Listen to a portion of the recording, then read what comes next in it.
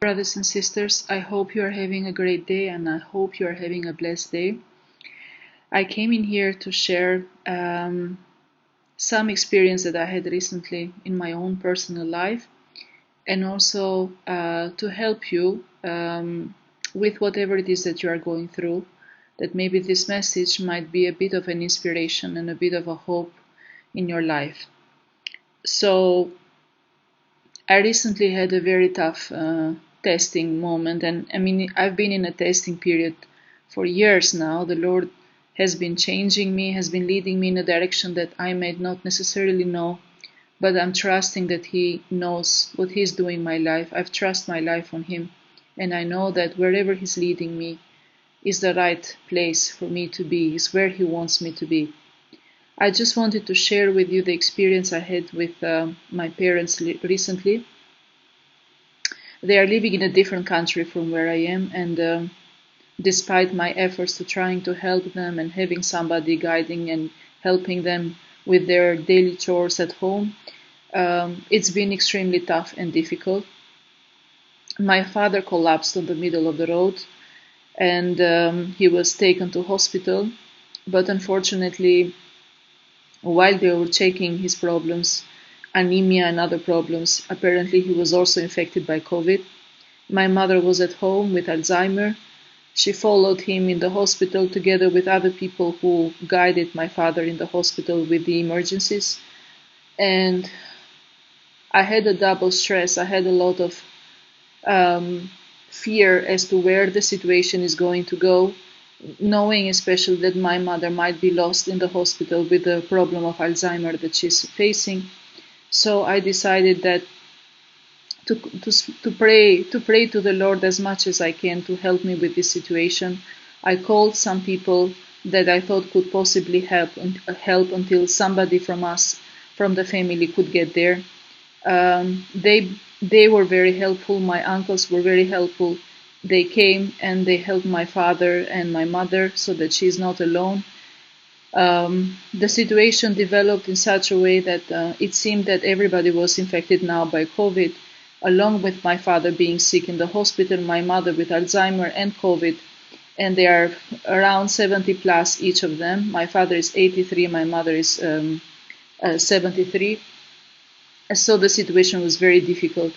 But all throughout this terrible story that happened to my parents, I was praying to the Lord. I was begging Him to help on the situation, and I had a strange peace in my heart. I knew in my heart that He is there, that He hears my prayers, that He is supporting me and He is helping me, that everything will go well in the end. As it did. My parents are now at home. They overcame COVID, although it was very hard, especially for my father, because he had made fever and the situation in the hospital was complicated and everything. My mother as well, they are still going through the phase of COVID, but they are much better and they are both at home with support at home. All throughout this experience, I had the Lord was nearby. I could feel His presence.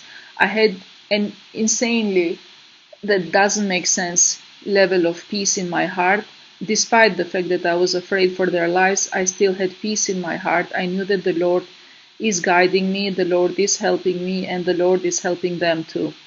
And after the entire experience and both of them being at home and finding support and having people surrounding them with love and care, I was praying to the Lord, I was talking to Him, I was thanking Him for all that He did to me and for all that He did for my family. And I was asking Him what He would like me to share with His people. And He sent me to Jeremiah 18, which is referring to the potter's hand, basically. It's a very, very nice extract from the Jeremiah story at the potter's house. And I saw it and I read it. And at that moment, I did not post anything. I was, in a way, kind of reflecting on the message, what the Lord was trying to tell me. So I just skipped that part and I continued my daily activities throughout the house, thinking about the message, whether this was indeed the Lord's message or was that my thinking because I heard very clearly in the Spirit when he said Jeremiah 18. And regardless of that, I continued my daily activities, and at a later stage, I was just scrolling on Instagram, a couple of messages, and one message just drew my attention. I was just listening, not necessarily paying too much attention, until he refers at the potter's hand. And I've actually taken a photo, I'm showing it to you right now, as an extract to show you that it was indeed coming, it just came out of the video. In a way, it was like the Lord was confirming his word, what he has given me before, the Jeremiah 18. So I saw it, and it was rather a confirmation of his word about this message today. What I wanted to say is that when you give your life to Christ, when you give everything you have to him, he will be there for you. He will guide you. It will not make sense. You will not understand where everything is going, how it is going to happen, what is going to happen. But just trust your life in the Lord. Trust him, look at him, talk to him, focus on him, stay focused on his eyes, look at him all the time and talk to him. And no matter what you are going through, the Lord will help you. And I'm going to read you a small extract from the Jeremiah 18. I invite you all to read it because it's very beautiful. Because Lord not only helps but also corrects. And as you all know, at least those of you who are faithful and have been in the journey with the Lord for a while, the beginning of all wisdom is to knowing the fear of Lord. The Father is loving, he is kind, he is open, he is merciful with all of us, but he is also correcting us. He is also looking at our journey, and he is looking at the course of our lives, and if we are not trusting him, he will correct you. So trust your life in the hands of the Lord. And do not lean in your own understanding where things are going, because you might not be understanding where everything is going. If I can tell you for myself, I used to work in the corporate world for many years, and I'm still studying. I'm doing now my CFA, and I'm still on that process. But it's been now several years that I'm at home.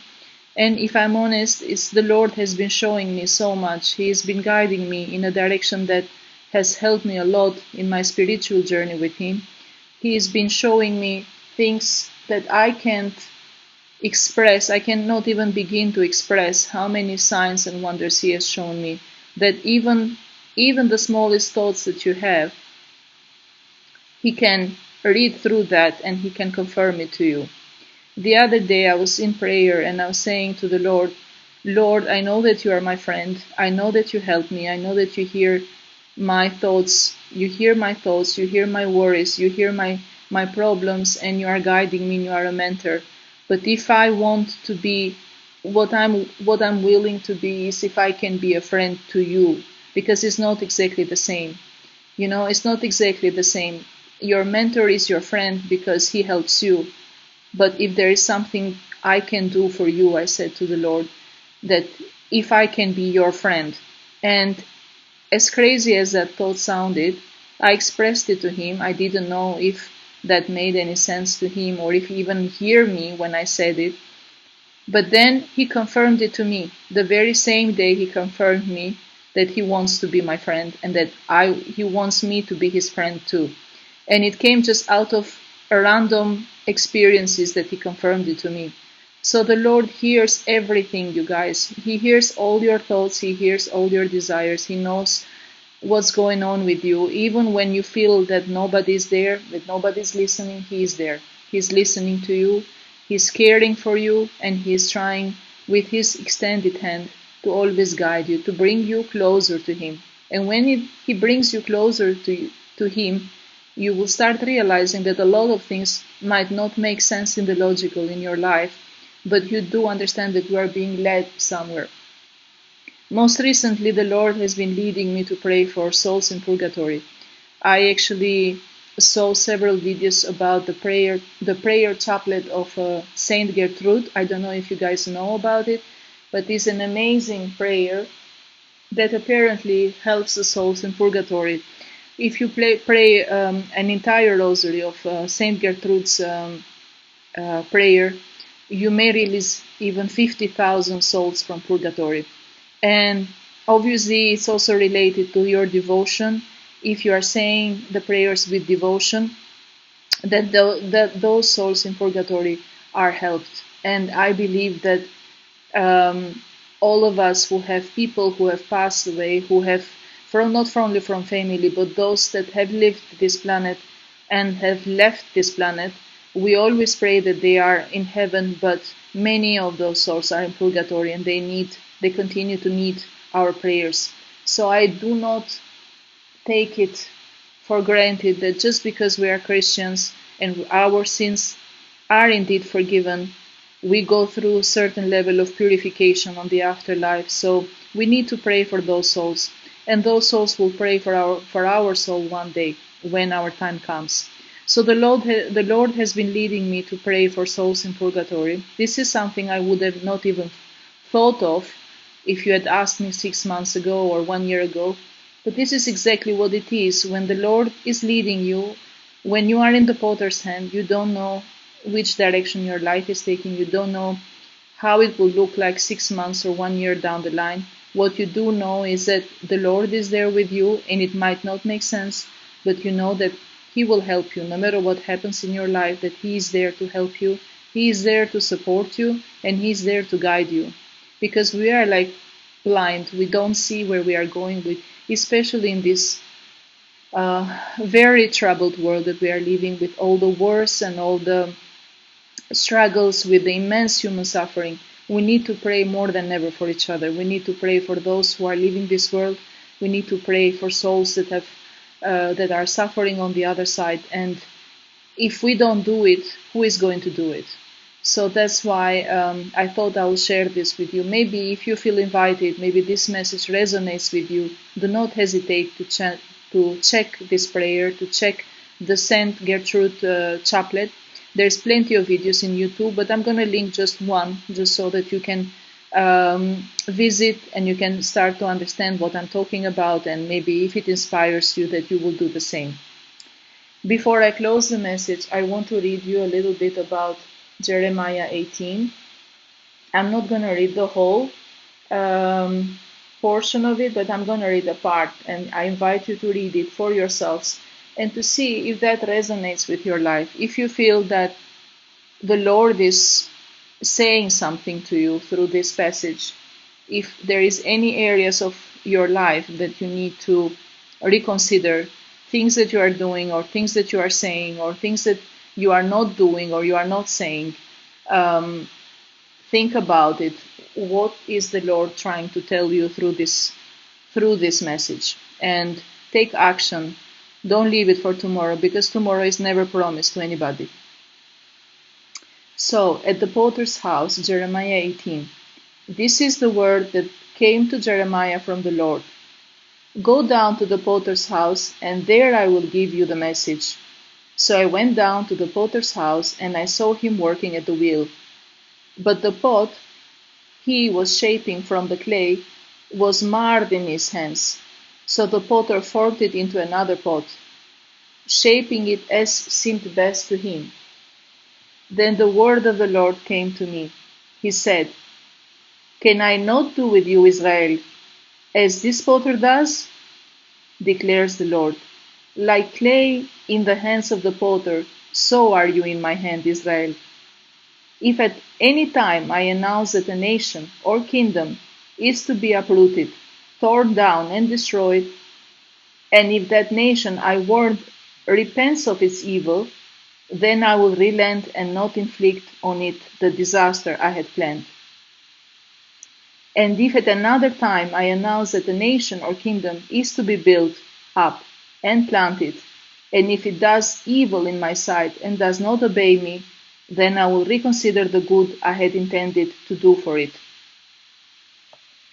Okay, so this is just a small passage. I just thought it is very significant.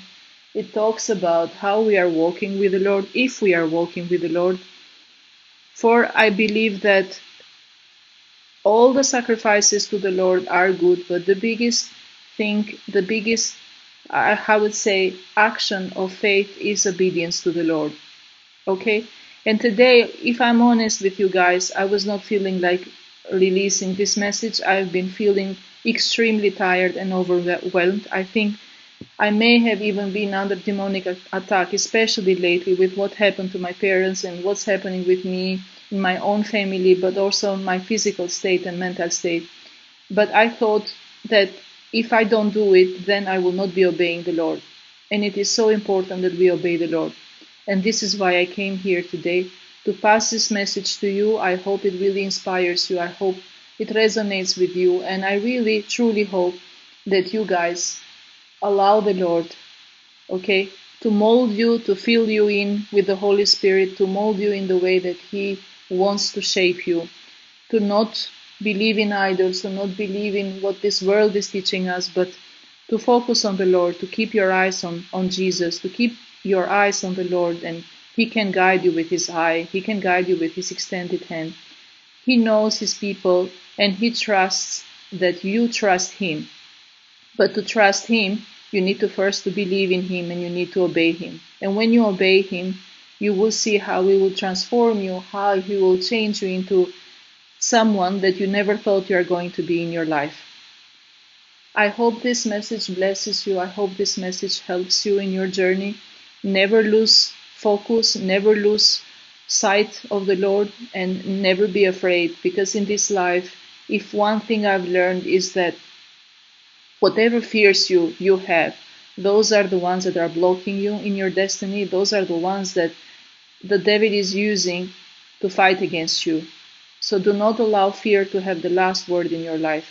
Fight against your demons by focusing on the Lord. The closer you are to the Lord, the less fearful you are going to be. The more you pray, the less anxious you are, the less worried you are, the less troubled you are. So stay close to the Lord and keep going. Stay well, stay blessed.